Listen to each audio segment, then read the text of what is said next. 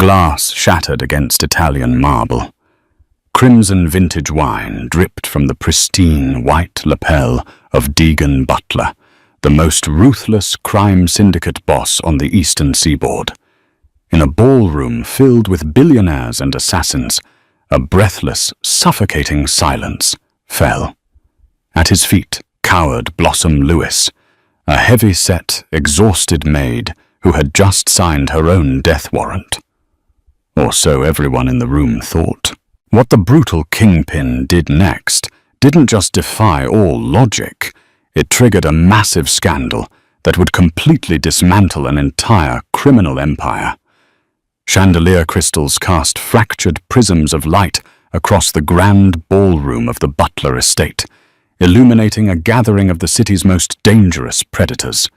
Men in bespoke silk suits and women draped in diamonds mingled over the soft, haunting melodies of a live string quartet playing Vivaldi.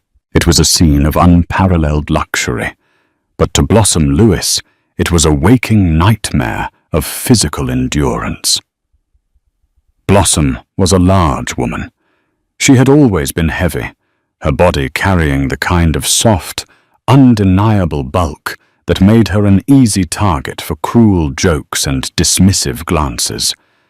At 280 pounds, her presence was simultaneously undeniable and entirely invisible to the elite crowd. Her black and white maid's uniform, provided by the catering company, was 2 sizes too small, biting into her broad shoulders and cinching painfully around her thick waist. With every heavy step she took across the sprawling marble floor, her thighs chafed beneath the stiff fabric of her skirt, and a dull, throbbing ache radiated from the arches of her swollen feet up through her lower back.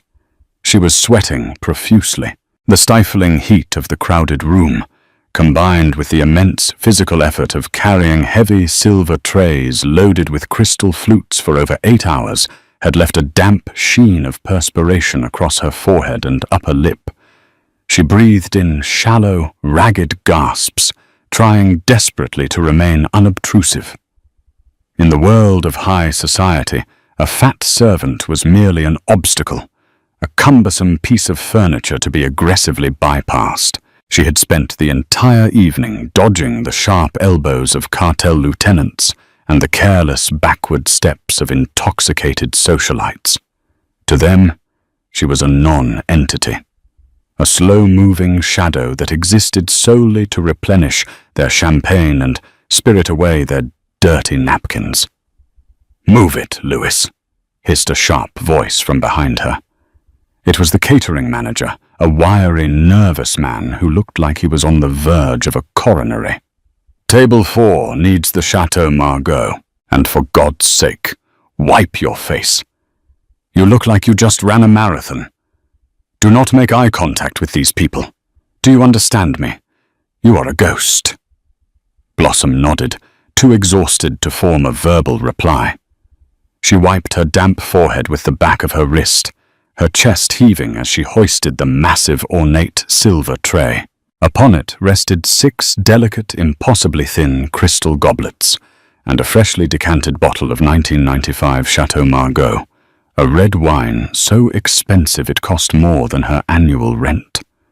The tray was incredibly heavy, the silver handles digging deep into the fleshy palms of her hands. She began her perilous trek across the ballroom floor. Her breathing was loud in her own ears, a rhythmic, wheezing metronome that matched the heavy, solid thud of her sensible, rubber-soled shoes against the stone. She navigated the sea of terrifying guests, her eyes locked firmly on the ground. At the far end of the room, standing near a towering fireplace, intricately carved from black onyx, was Deegan Butler. Deegan was a man who commanded the very atmosphere of the room.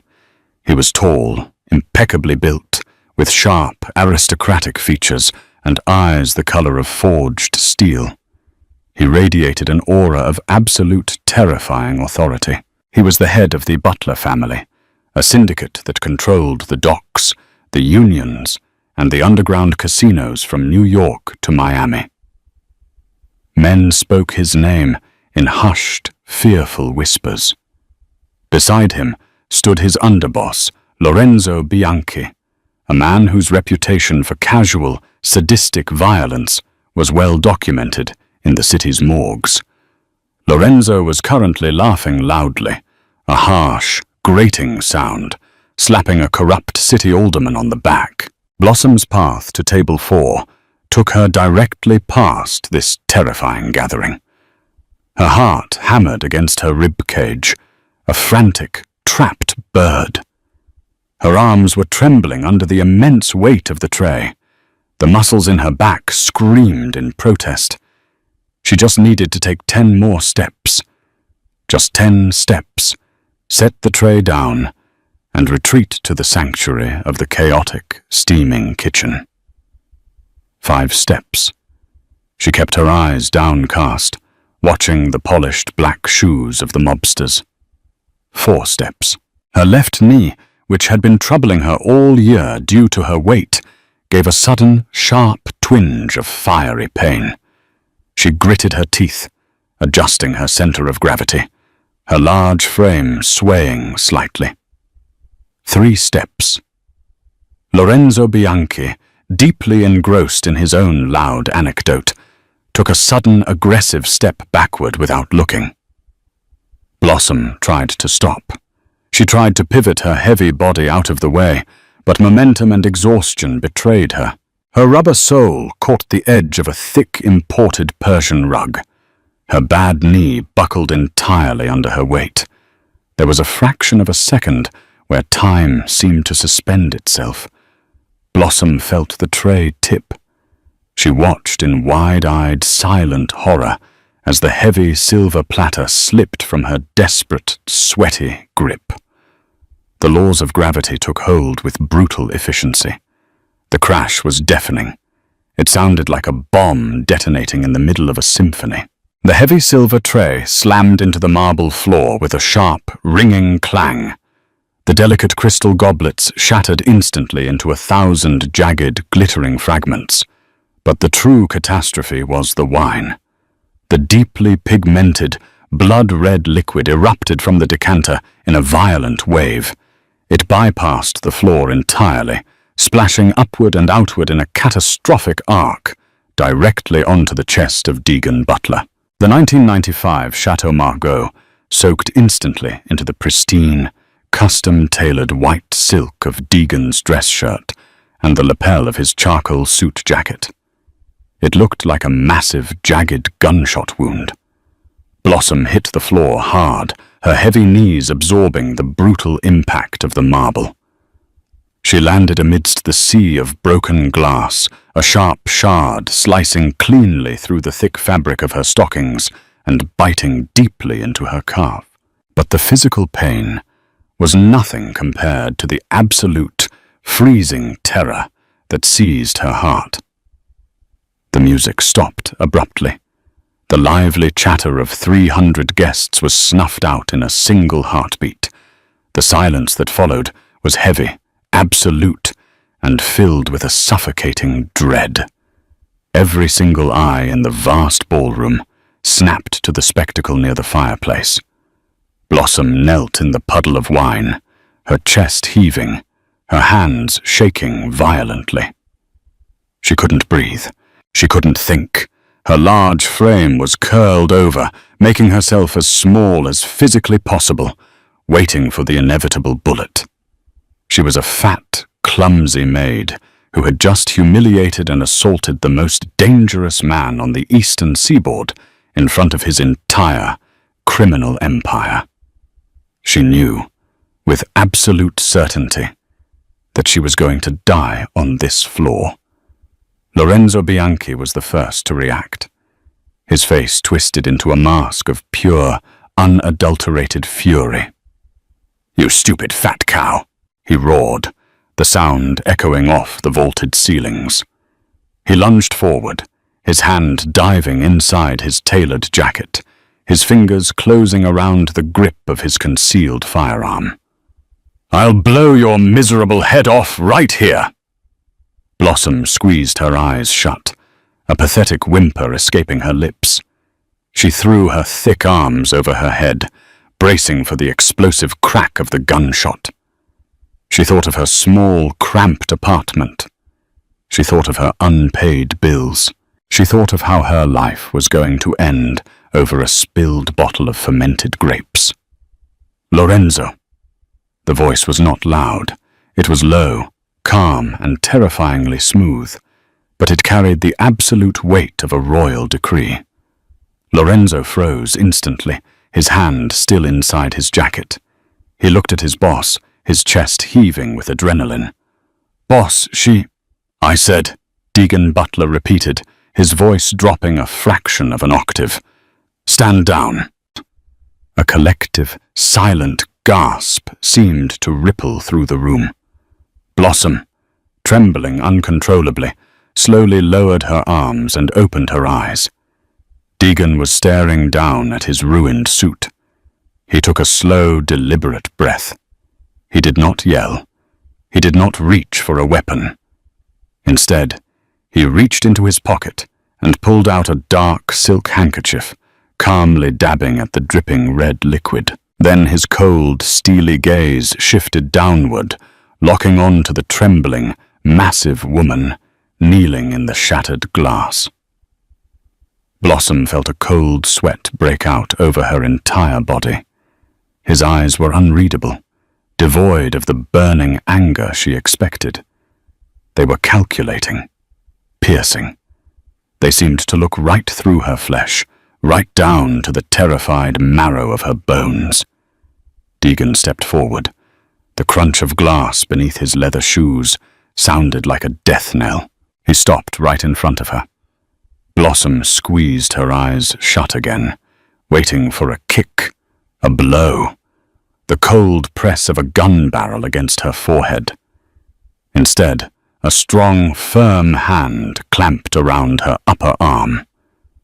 "Get up," Deegan commanded softly. Blossom gasped, her heavy body practically hauled upward by the sheer strength of the Mafia boss. She stumbled, her wounded leg throbbing, her weight making her clumsy as she tried to find her footing. She stood before him, a towering, trembling mess of a woman, her uniform stained, her face red and dripping with sweat and tears. She was at least 50 pounds heavier than him, a fact that usually made men sneer, but Deegan's grip remained firm and unwavering. "Boss," Lorenzo hissed, taking a step closer, his eyes darting around the room at the watching guests. "Let me take her out back. I'll handle this trash. She disrespected you." Deegan didn't even look at his underboss. His eyes remained fixed on Blossom's terrified, tear-streaked face. "She is bleeding, Lorenzo," Deegan stated, his tone chillingly conversational. "And the mess is already made. Shooting the help will not dry clean my suit." He released Blossom's arm and took a step back. The entire room was holding its breath. No one moved. No one spoke. "You," Deegan said, his gaze locking onto the terrified catering manager who was cowering near a pillar. "Get someone to clean this up." Then Deegan turned his attention back to the trembling woman before him. He gestured toward the grand, sweeping staircase that led to the private upper levels of the estate, areas strictly forbidden to everyone but the inner circle. "Come with me," Deegan said to Blossom. It wasn't a request. It was an ironclad order. Blossom's jaw trembled. I'm so sorry, sir. Please, I didn't mean—" "Walk," Deegan interrupted, his voice brooking zero argument. He turned his back on her, a profound display of dominance and disregard for the heavily armed men watching, and began to walk toward the stairs. Lorenzo stepped into Blossom's path, his eyes burning with venom. "You're dead, Piggy," he whispered, so only she could hear. "You're a walking corpse." Blossom let out a stifled sob, her heavy chest heaving. She had no choice. With her leg bleeding and her heart pounding a frantic rhythm, she began to walk. Every heavy step she took echoed in the dead silence of the ballroom. She followed the man she had just humiliated, her wide, terrified form waddling slightly in her desperation to keep up with his long, predatory strides. She was marching toward her execution, leaving a trail of small, dark blood droplets on the pristine marble behind her. The walk up the grand staircase felt like a march to the gallows. Blossom gripped the mahogany banister, hauling her considerable weight up the carpeted steps.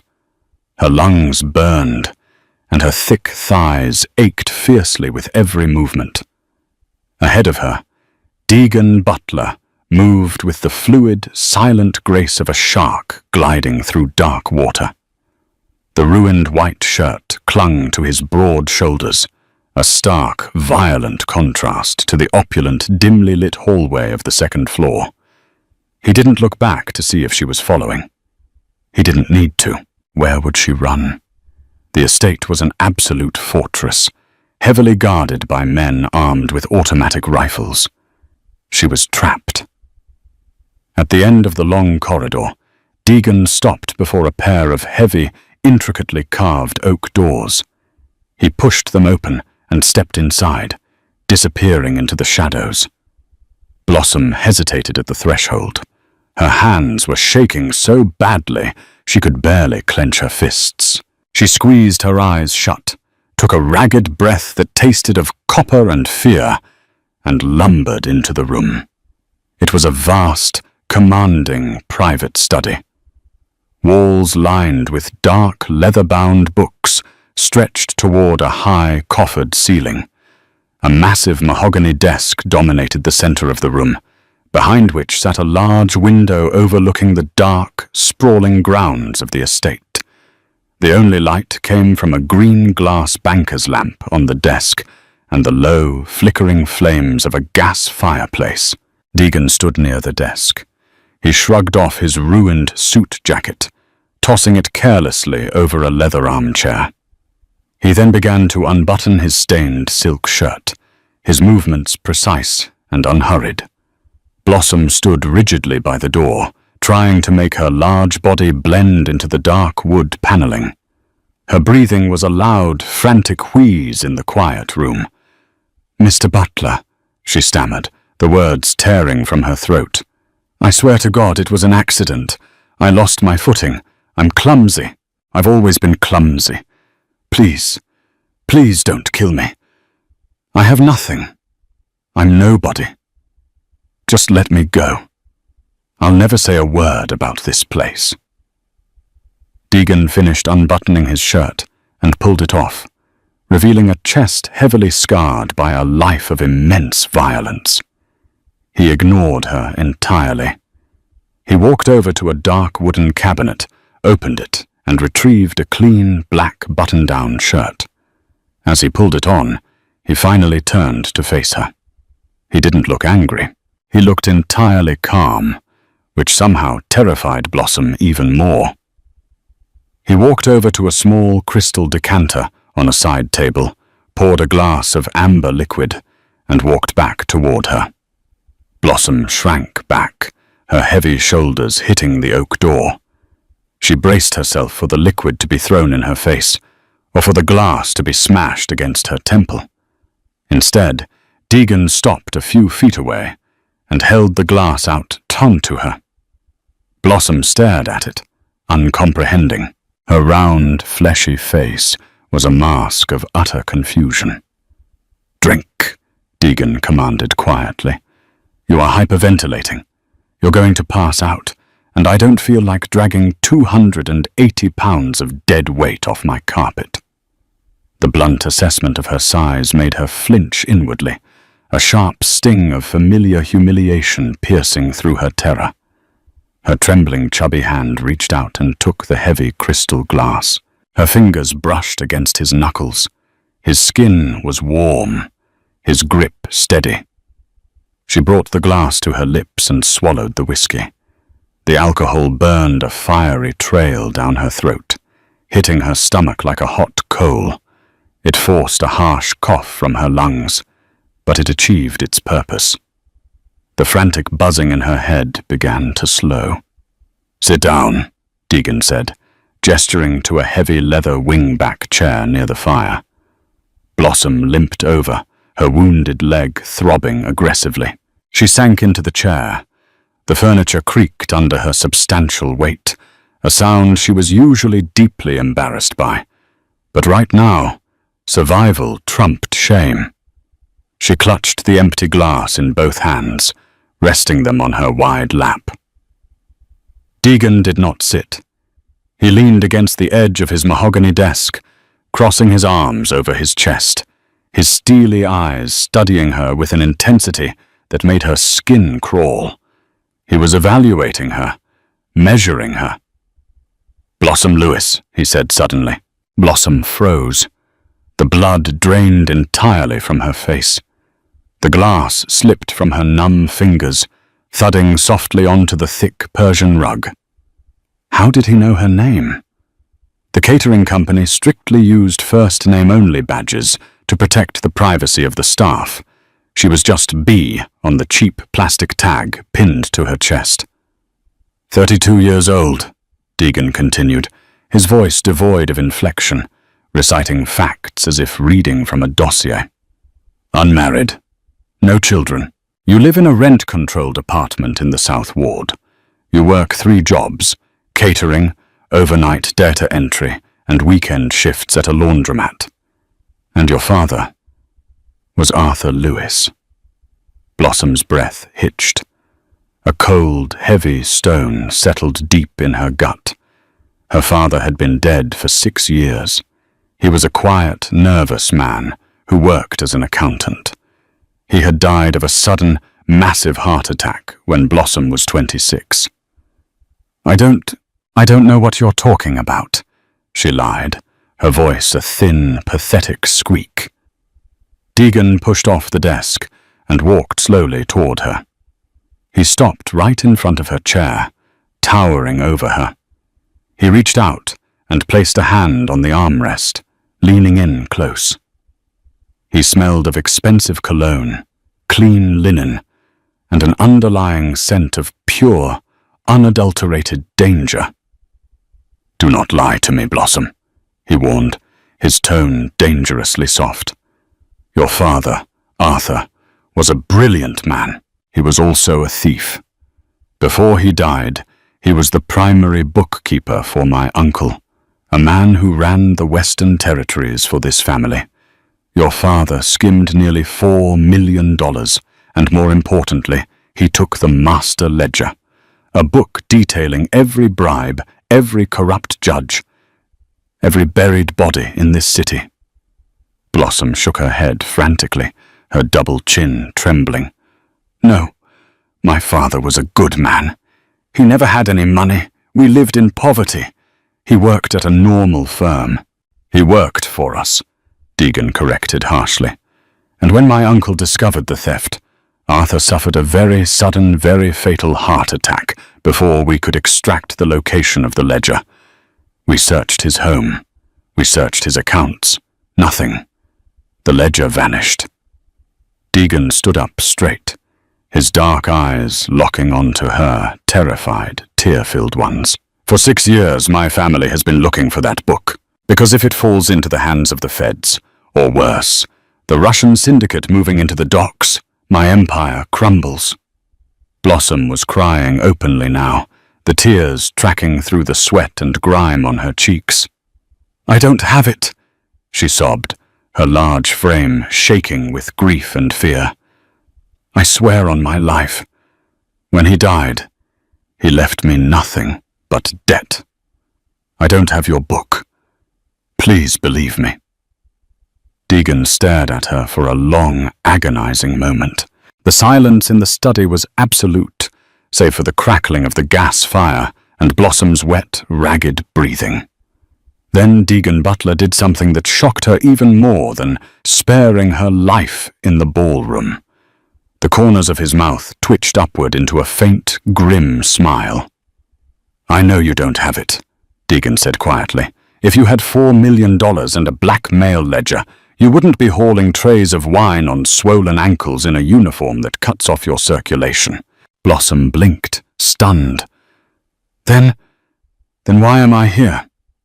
Why didn't you let Lorenzo kill me? Deegan turned and walked to the large window, looking out into the dark night. Because 3 days ago, my men intercepted a communication. The Russian syndicate found the ledger. Your father didn't hide it in his home. He hid it in a safety deposit box under a false name. And the key is currently sitting in a private vault inside the heavily fortified mansion of Viktor Volkov, the head of the Russian mob.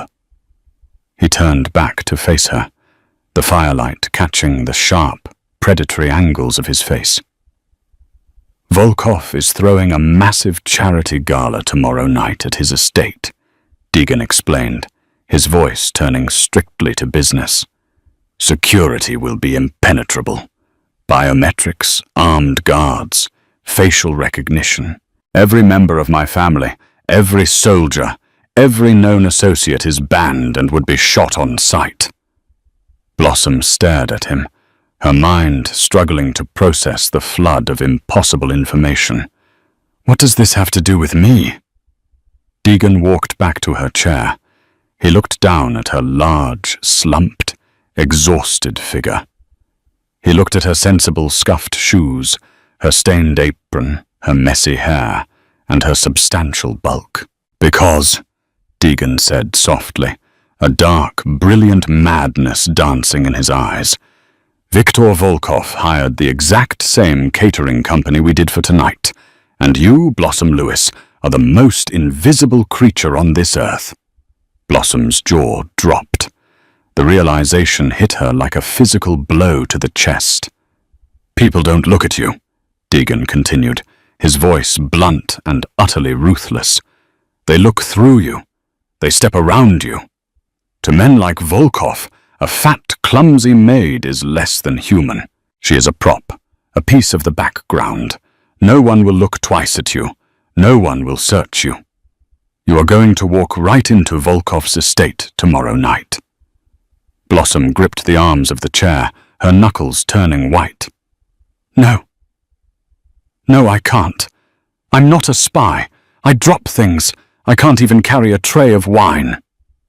Deegan leaned in, placing both hands on the arms of her chair, trapping her large body completely within his space. His face was mere inches from hers. You will go to that party, Deegan whispered, his voice a lethal promise. You will access his private study, and you will steal back what your father took from my family. If you do this, I will clear your father's debt, and I will give you enough money to disappear forever. He paused, letting the silence stretch until it was almost unbearable. And if I refuse? Blossom asked, her voice trembling. Deegan's eyes went dead, devoid of all human warmth. Then I will let Lorenzo back into this room, and he will finish what he started downstairs. Dawn broke over the Butler compound, painting the sprawling, manicured lawns in hues of bruised purple and dull grey. Blossom had not slept a single second. She sat rigidly on the edge of a velvet-upholstered bed in a heavily guarded guest wing, staring blankly at the wall. Her leg had been bandaged by a silent, terrifyingly efficient private doctor, and her uniform had been laundered, the crimson wine stain replaced by a faint, ghostly yellow shadow. The heavy oak door clicked open. Deegan stepped inside, flanked by a thin, spectacled man carrying a brushed aluminum briefcase. Deegan wore a sharp navy blue suit today, his expression strictly business, devoid of the intense, quiet menace from the night before. Yet the air in the room instantly grew heavy with his presence. "Stand up," Deegan instructed, motioning to the thin man. "This is Harrison. He handles my private security tech. He is going to wire you." Blossom stood, her heavy thighs brushing together. Her heart fluttered nervously against her ribs as Harrison opened the briefcase. Inside lay a web of incredibly thin wires attached to a small, matte black rectangular device no larger than a deck of cards. "It is a thermal biometric skimmer," Harrison explained in a nasal, detached voice, entirely ignoring her trembling hands. "Volkov's private study is secured by a digital keypad that requires a 6-digit code and a thumbprint. You will press this device against the glass scanner. It will read the residual heat signature of Volkov's fingers to extract the code and clone the microscopic oil ridges left by his thumb to bypass the print reader. It takes exactly 12 seconds. Harrison approached her, holding up a tight, elastic abdominal binder designed to hold the battery pack against her skin beneath her uniform. He hesitated, looking at her wide waistline and substantial stomach, clearly unsure of how to navigate her large frame. Deegan let out an impatient sigh. He stepped forward, waving Harrison away. "Give it to me." Blossom gasped softly as Deegan stepped directly into her personal space. He took the elastic harness and wrapped it around her midsection. His knuckles brushed against the soft, fleshy curve of her waist. He was so close she could smell his bergamot and cedar cologne, a stark contrast to the sterile scent of the medical gauze on her leg. He did not flinch or show an ounce of the disgust she was so used to receiving from men. His hands were firm, professional, and entirely focused. He pulled the elastic tight, securing the heavy battery pack against her ribs. "Breathe, Blossom," Deegan murmured, his voice a low vibration that sent an unexpected shiver down her spine. "You are holding your breath. If you pass out in Volkov's hallway, you die. I need you to understand that you are not a victim tonight. You are a ghost. Your size, your uniform, the way people dismiss you, that is your armor. Weaponize it." He stepped back, his dark eyes locking onto hers. For a fleeting second, Blossom saw something akin to respect in his gaze. It was a terrifying, intoxicating feeling. 12 hours later, Blossom found herself standing in the steaming, chaotic catering tent erected on the sprawling back lawns of Viktor Volkov's Hamptons estate. The wealth on display was staggering. Rows of sleek black Maybachs and armored Mercedes-Benz SUVs lined the driveway. Inside the grand mansion, Russian oligarchs and corrupt politicians drank vintage Veuve Clicquot and wore Patek Philippe watches that cost more than a suburban house. "Louis!" shouted the frantic catering director, a woman whose face was tight with Botox and panic. "Grab that crate of beluga caviar and get it to the raw bar. Move your heavy ass. We are falling behind." Blossom picked up the heavy iced crate. Her back screamed, but she kept her head down.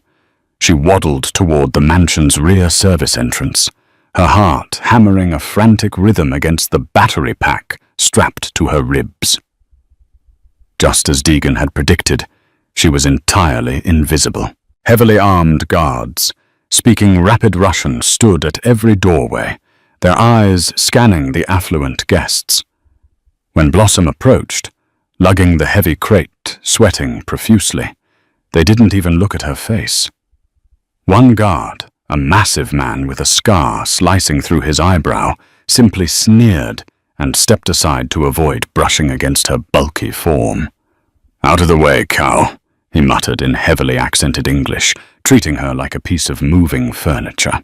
The insult, which would have usually sent her to a bathroom stall to cry, now fueled her. Deegan was right. They didn't see a threat. They saw a fat, pathetic servant. Once inside the opulent, diamond chandelier-lit main hall, Blossom set the caviar down at the raw bar. She grabbed an empty silver tray, pressing it to her chest like a shield, and slipped toward the grand staircase. 2 guards stood at the bottom. Blossom didn't hesitate. She looked down at the empty tray, arranged her face into a mask of dim-witted panic, and marched right up to them. "Excuse me," she whimpered, making her voice sound high and stressed. "The event planner told me to fetch the extra champagne flutes from the 2nd floor storage. I don't want to get fired." The guards glanced at her stained apron, her flushed, chubby cheeks, and her trembling hands. The sheer pathetic nature of her appearance was her master key. One guard rolled his eyes, muttered something derogatory in Russian, and unhooked the velvet rope. She was in. Shadows stretched long and sharp across the 2nd floor corridor of the Volkov mansion. Blossom moved with a surprising, desperate quietness. Her soft, rubber-soled shoes made absolutely no sound against the thick Persian runners. The air up here was cold, smelling of expensive cigar smoke and lemon polish. She counted the doors, repeating Deegan's architectural briefing in her head. 3rd door on the left past the portrait of the Tsar. Her wounded calf throbbed violently with every step, the stitches pulling tight under her thick pantyhose. Sweat dripped into her eyes, stinging them, but she dared not wipe it away. She reached the heavy mahogany door. The keypad glowed a faint, menacing red in the dim light. Blossom pressed her back against the wall, her large chest heaving. She reached under her apron, her fingers fumbling with the hem of her shirt, and retrieved the matte black skimmer. Her hands were shaking so severely, she almost dropped it. "Breathe, Blossom. You are a ghost." Deegan's deep, commanding voice echoed in her mind, steadying her nerves. She pressed the device flat against the glass screen of the keypad and pushed the activation button. The skimmer whirred softly, a tiny green light sweeping across the glass. 1, 2, 3. She counted the agonizing seconds. Down the hall, she heard the distinct heavy thud of combat boots climbing the stairs. A patrol. Panic seized her throat. She pressed her substantial weight desperately against the doorframe, praying to a god she hadn't spoken to in years. 10, 11, 12. The keypad emitted a soft, barely audible click, and the red light flashed to a welcoming green. Blossom shoved the skimmer into her deep apron pocket, turned the brass handle, and threw her weight inside, easing the door shut just as the guard rounded the corner of the hallway. She stood in the pitch-black study, leaning against the door, listening to the heavy boots walk past and fade down the corridor. She let out a ragged, silent breath and turned around. The study was identical to the blueprints Deegan had forced her to memorize. She crossed the room, bypassing the massive oak desk, and approached a large oil painting of a stark winter landscape. She reached behind the heavy gilded frame and felt the cold steel of the hidden wall safe. She used the skimmer one more time. The safe clicked open with mechanical precision. Inside sat stacks of $100 bills, velvet jewelry boxes, and a small, unassuming manila envelope. Blossom snatched the envelope. She peeled back the flap. Inside rested a single silver safety deposit key engraved with a serial number and a small USB flash drive. She had done it. She had secured the ledger's location. She shoved the envelope deep into the dark depths of her bra, the cold metal of the key resting flat against her skin. She turned to leave. Suddenly, the heavy oak door to the study swung open. Light flooded the room, followed immediately by the sound of deep, boisterous laughter. Blossom froze, trapped in the center of the plush rug, like a deer in headlights. "I assure you, the Butler Empire is bleeding from the inside," a voice declared. Blossom's blood turned to absolute ice. She didn't have time to run to the door. She didn't have time to dive under the desk. Her large frame would never fit fast enough. To her right, framing the large bay windows, hung massive, heavy drapes of dark crimson velvet. Driven by pure, unadulterated survival instinct, Blossom threw herself toward the window, squeezing her heavy body entirely behind the thick fabric just as the overhead lights snapped on. She pressed her back flat against the cold glass of the window, pulling the velvet tight around her. Her stomach pressed uncomfortably against the heavy fabric. If either man looked closely, the drape bulged outward unnaturally. She clamped both hands, clamped over her mouth, terrified that the frantic, deafening thumping of her heart would give her away. Footsteps entered the room. 2 sets. "Pour us a drink, Victor," the voice said again. Blossom squeezed her eyes shut. She knew that voice. She had heard it just last night, threatening to blow her head off. It was Lorenzo Bianchi, Deegan's trusted underboss. Victor Volkov, a massive bear of a man with a thick silver beard, chuckled as glass clinked against crystal. "You take a massive risk coming to my home, Lorenzo. If Butler finds out his dog is sleeping in my yard, he will skin you alive." "Deegan is losing his grip," Lorenzo spat, the sound of him sinking into a leather chair echoing through the room. "He let a clumsy fat caterer walk out of his ballroom alive last night after she humiliated him in front of the commission. He's soft. The old men see it. The captains see it. He's so obsessed with finding that missing ledger he doesn't realize I've already bought out the union leaders on the South Docks." Blossom held her breath until her lungs screamed. The air in the tight space behind the curtain was growing hot and suffocating. A drop of sweat rolled down her nose, stinging her lip. "And what of the ledger?"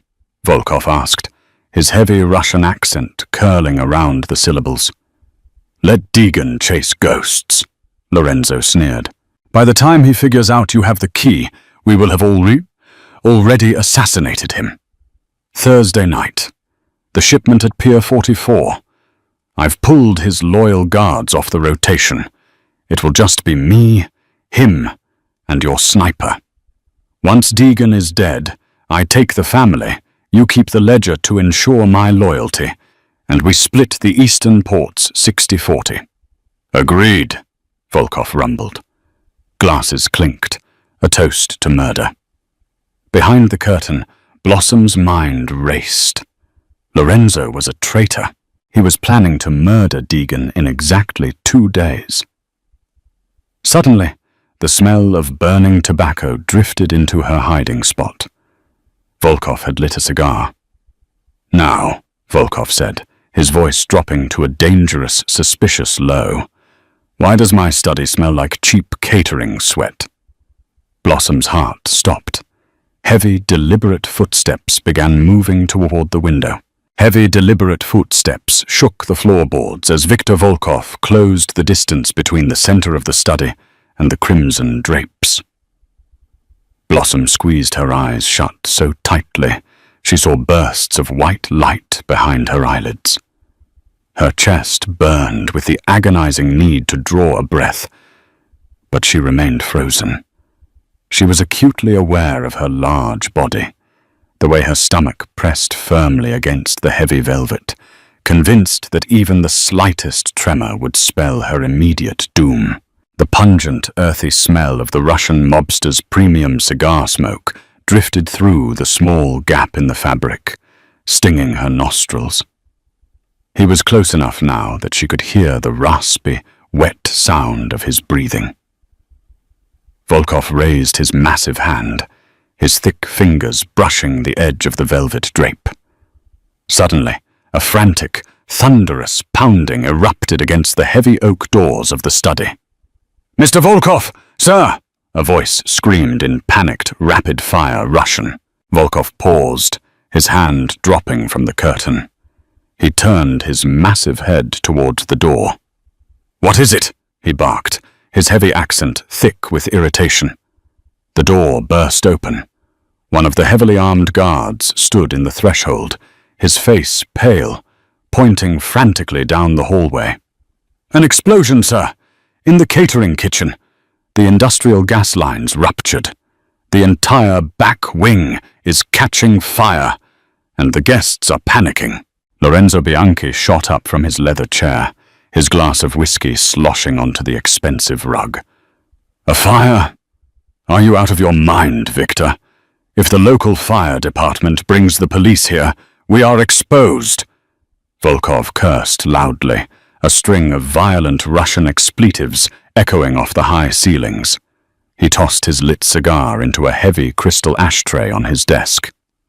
"Secure the perimeter," Volkov roared at the guard. "No one leaves until we verify this isn't a hit." The two mobsters stormed out of the study, their heavy footsteps fading rapidly down the carpeted corridor as they rushed to manage the escalating disaster below.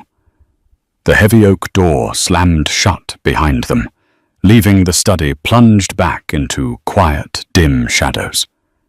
Blossom exhaled. It was a long, ragged, wheezing sound that tore from her lungs. She stumbled out from behind the heavy drape, her legs trembling violently, threatening to give out completely beneath her weight. She didn't know if the fire was a sheer stroke of incredibly good luck, or if Harrison and Deegan had orchestrated a tactical distraction, but she wasn't about to waste the opportunity. She reached into her uniform pocket, gripping the matte black skimmer, and hurried to the door. Peeking out into the hallway, she saw absolute chaos. Smoke was beginning to waft up the grand staircase, thick and acrid. Alarms were blaring a piercing, rhythmic warning.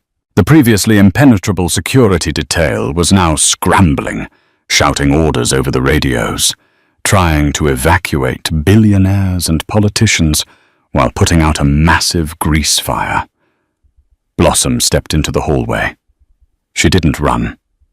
Running would draw attention. Instead, she leaned into her disguise. She slumped her heavy shoulders, plastered a look of absolute terrified bewilderment onto her round face, and began to waddle briskly toward the service stairs. "Hey, you!" a guard shouted, pointing a submachine gun in her general direction as he sprinted past. "Get out! Evacuate to the front gates!" He didn't stop to question her. He didn't ask why she was on the second floor. To him, she was just another panicked, fat catering maid fleeing the smoke. Blossom nodded frantically, coughing into her hand as she descended the narrow service stairs. She merged seamlessly into the chaotic sea of escaping caterers and wealthy guests on the front lawn. The night air was cool, biting against her sweat-drenched skin. Sirens wailed in the distance, growing louder by the second. She kept her head down, marching past the chaotic lines of idling luxury cars, slipping through the massive wrought-iron gates of the Volkov estate and disappearing into the dense, dark woods lining the long, winding country road. She walked for nearly 2 miles. Her wounded leg was bleeding again, the sharp pain radiating up to her hip. Her feet were completely blistered. Just as she reached the designated extraction coordinates, a deserted, unlit intersection near an abandoned diner, a sleek, completely black-armored SUV rolled out from the shadows. The rear passenger door swung open. Deegan Butler sat in the dim interior, his face a mask of stone. Blossom practically collapsed into the leather seat, pulling her heavy legs inside as the vehicle instantly sped off into the night. She was hyperventilating, her uniform covered in soot and sweat, her hair plastered to her forehead. Deegan poured a glass of water from a small refrigerated compartment and handed it to her. He didn't speak. He just watched her with those intense, calculating steel eyes. Blossom drank the water greedily, spilling half of it down her chin. She set the glass down, reached into her apron and pulled out the small manila envelope. Her thick fingers trembled as she handed it to the most dangerous man in the city. Deegan took the envelope. He opened it, sliding the silver safety deposit key and the USB drive into his palm. A dark, triumphant gleam flashed in his eyes. "You did it," he murmured, almost as if he couldn't quite believe it.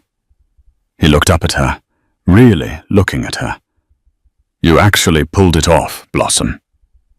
"I have the key," Blossom gasped, clutching her chest, fighting to catch her breath. "But that isn't the only thing I found in that room." Deegan's expression instantly hardened. The faint hint of approval vanished, replaced by the cold, lethal kingpin. "Explain." Blossom swallowed hard, her throat raw. "Lorenzo Bianchi was there. He was in the study with Volkov. I hid behind the curtains when they walked in." The temperature in the armored SUV seemed to plummet below freezing. Deegan didn't move a single muscle, but the sheer aura of violence radiating from him was suffocating. "Lorenzo was with Volkov?" Blossom nodded, tears of exhaustion finally spilling over her cheeks. "He's a traitor, Mr. Butler. He told Volkov that he bought out the union leaders on the South Docks. He told him that he pulled your loyal guards off the rotation for a shipment. They are going to split the eastern port 60-40. She took a shaky breath, looking directly into his terrifying eyes. "Lorenzo is planning to assassinate you, Thursday night, at Pier 44. Volkov is providing the sniper." Silence descended upon the vehicle, thick and heavy. Deegan stared straight ahead at the privacy partition, separating them from the driver. His jaw clenched tightly, a muscle ticking violently in his cheek. Then he turned back to Blossom. He reached out, his warm, strong hand gently grasping her trembling chin, forcing her to look at him. His thumb lightly brushed away a smudge of soot from her cheek. It was an incredibly intimate, shocking gesture from a man known for his absolute brutality.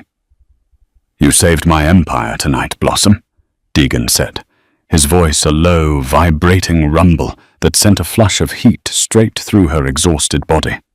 "And you just saved my life. I will never forget this."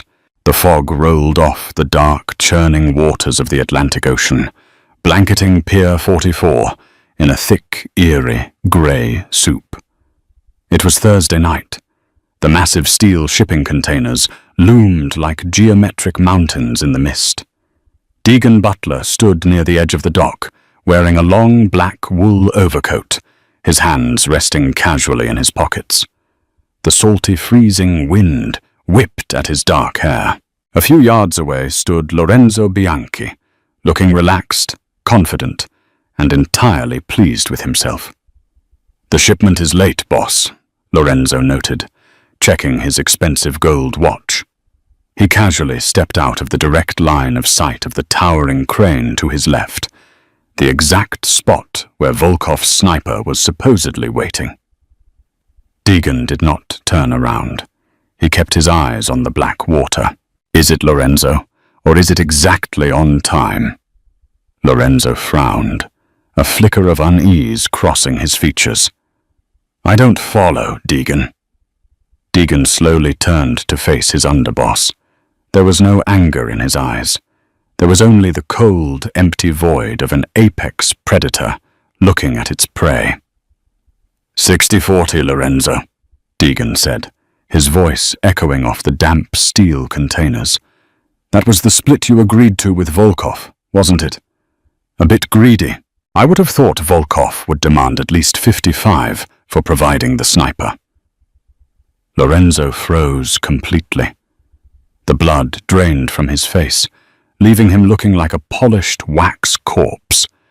His hand instinctively twitched toward his coat pocket, where his weapon was holstered. "I wouldn't do that," Deegan advised calmly. Lorenzo took a step back, his eyes darting wildly toward the top of the massive crane.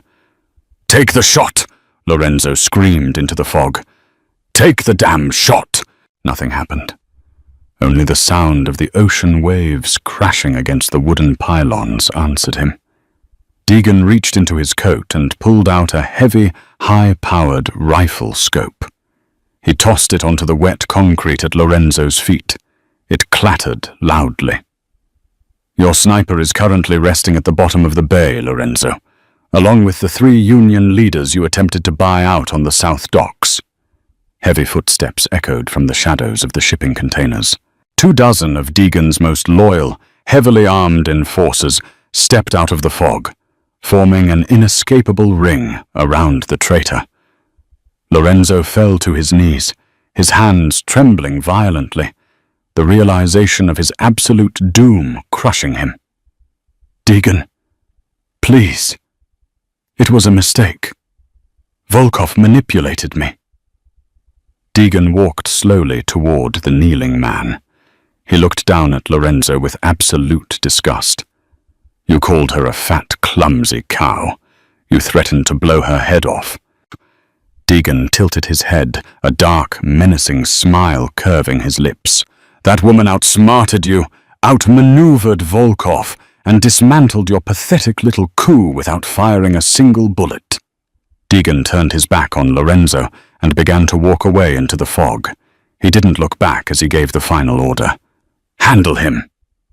3 days later, Blossom Lewis sat at the tiny, chipped formica table in her cramped South Ward apartment. Her wounded leg was propped up on a chair, healing nicely. She wore a simple, faded cotton dress. She was staring at a stack of overdue utility bills when a sharp, firm knock echoed at her door. She frowned, pulling her heavy body up with a slight wince, and walked to the door. When she unlatched the chain and pulled it open, she stopped dead in her tracks. Deegan Butler stood in her narrow, dingy hallway. He was dressed flawlessly in a charcoal suit, looking completely out of place in the run-down apartment building. He held a large, heavy titanium briefcase in one hand. "May I come in?" he asked smoothly. Blossom was too stunned to speak. She stepped aside, her heart hammering against her ribs, flushing deeply as the Mafia boss stepped into her cramped, poorly lit living room. Deegan placed the heavy briefcase on her cheap table. He clicked the locks and opened it, spinning it around to face her. Blossom gasped. Inside were neatly banded stacks of crisp, uncirculated $100 bills, more money than she could ever comprehend. $3 million, Deegan stated plainly. "Your father's debt is entirely cleared. This is your payment for retrieving the ledger and for providing the intel on Lorenzo." Blossom stared at the money, her hands shaking. "Mr. Butler, this is too much. You said you would just give me enough to disappear." Deegan closed the distance between them. He stopped just inches from her, forcing her to look up into his striking face. He didn't look at her with disgust. He didn't look through her. He looked at her with a burning, intense reverence. "I don't want you to disappear, Blossom," Deegan said, his voice dropping to that low, intimate register that made her breath hitch. "For your entire life, people have made you feel invisible because of your size. They underestimated you. But I see you. I see your brilliance, your bravery, and your strength. I need someone like you, not as a maid, as an advisor, as my partner." He reached out, his hand gently resting on her waist, pulling her substantial frame slightly closer to him. The warmth of his touch sent a shock wave of electricity straight to her core. "You don't have to hide behind uniforms and shadows anymore," Deegan whispered, his steel eyes softening as he looked down at her lips. "Rule this city with me." Blossom looked at the millions on her table, and then up at the ruthless, powerful man who had finally seen her true worth. A slow, confident smile spread across her round face. She wasn't a ghost anymore. She was a queen. Okay, Deegan, she breathed softly. Let's rule. If you loved this thrilling mafia romance drama, make sure to smash that like button, share this video with your fellow story lovers, and subscribe to our channel for more jaw-dropping tales. Hit the notification bell so you never miss an update on our latest heart-pounding stories of romance, betrayal, and suspense. Drop a comment below and tell us what you thought of Blossom's incredible bravery and Deegan's ruthless revenge. Your support helps us bring more incredible real-life stories to life. Stay tuned, stay hooked, and we will see you in the next dramatic adventure.